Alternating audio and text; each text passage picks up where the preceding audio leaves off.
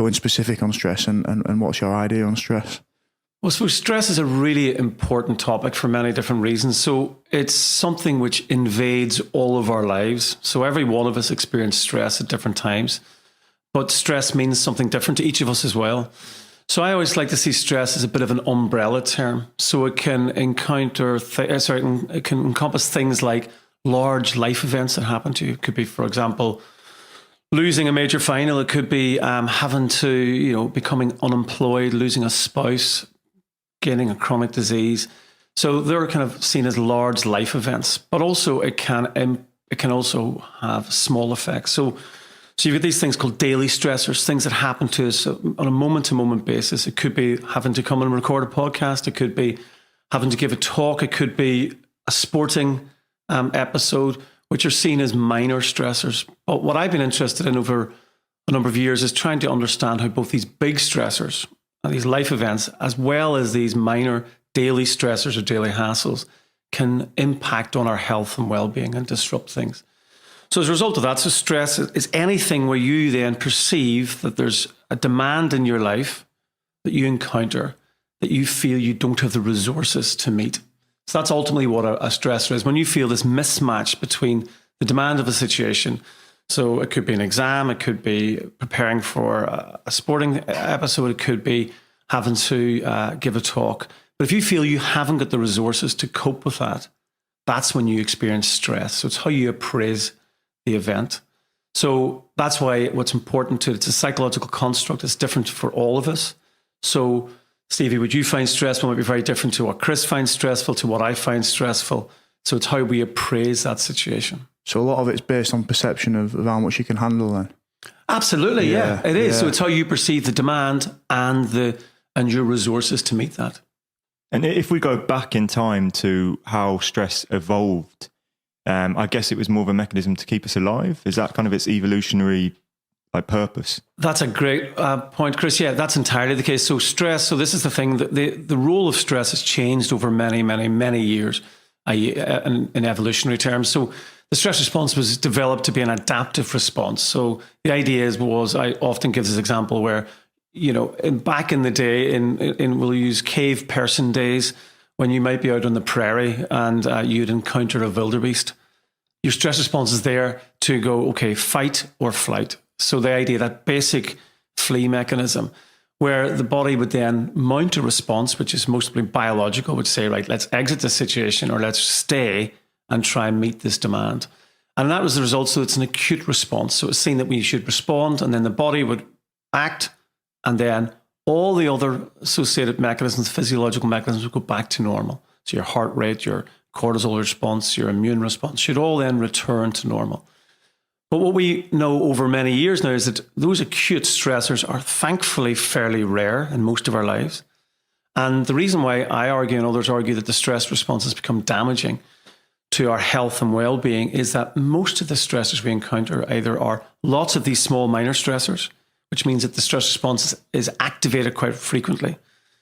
And also they could become chronic. So one of the biggest stressors that people encounter is their job.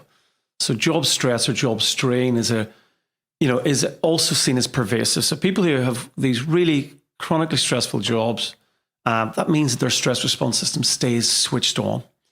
So coming back to your question, Chris, yes. So the idea, the stress response evolved to be adaptive, to deal with an immediate situation and then return to normal. But the concern is that we now are dealing with stress responses in a frequent way in modern life. And as a result, the adaptive nature has been lost in many people. And what we try to understand is, how can we help people switch off that more chronic response or the repetitive response? There's a really well-known theory, which there's this guy, really excellent neuroscientist called Bruce McEwen, based at New York, Rockefeller University. And he's put forward a theory which helps us understand when stress becomes damaging. He calls it this idea of allostatic load. And what he means by that is that it's this idea that the body is constantly exposed to stress. He says this leads to excessive wear and tear. And he means that what ultimately leads to is excessive wear and tear of all our biological systems. It could be the cardiovascular system, it could be the endocrine system, it could be the immune system. And the point is, if they stay switched on over a long period of time, that's no longer adaptive. That's damaging. And what we've been interested in our lab in Leeds over many years now is trying to understand who's most vulnerable, how long, or what can we do to intervene, and what sort of stressors might be most damaging. What? So you mentioned like the instance where, thousands of years ago we might encounter wildebeest and the stress fight or flight had come on, and that'd be active.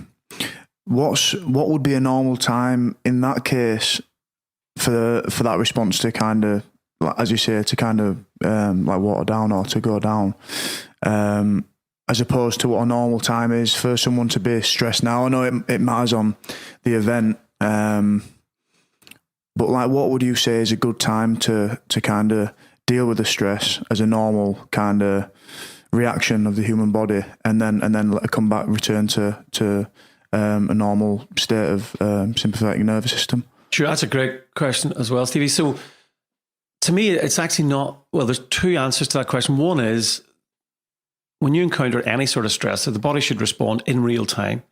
So whenever that stress is no longer a threat, it should return to normal. So that doesn't, so the time in that context isn't necessarily as concerning to me. What's concerning is that response happening lots of times.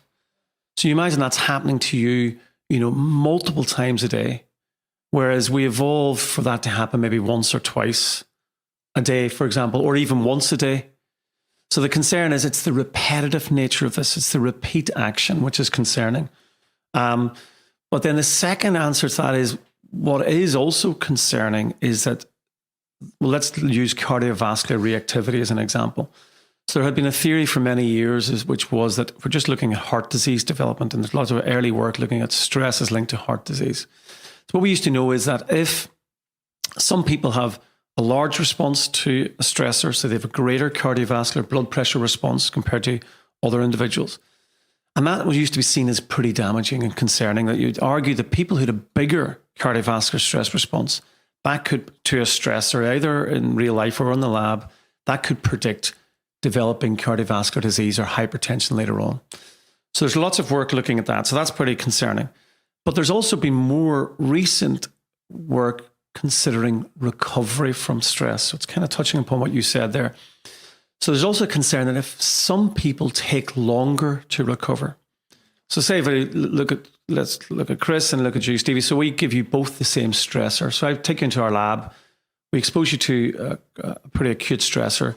And my concern would be that if Chris responds, both of you might respond the same. Your blood pressure rises to the same level. Then Chris might take 20 minutes to respond, or 40 minutes to come back to baseline. You might take only 20 minutes. So our concern would be more for Chris, which would be the idea you're taking a longer recovery period, which means the system's staying active for longer, which means that's greater, more excessive wear and tear. And what's interesting to me is understanding, why is it Chris is taking longer compared to you? There's lots of reasons. It could be, physical activity levels. It could be, there could be some genetic reason.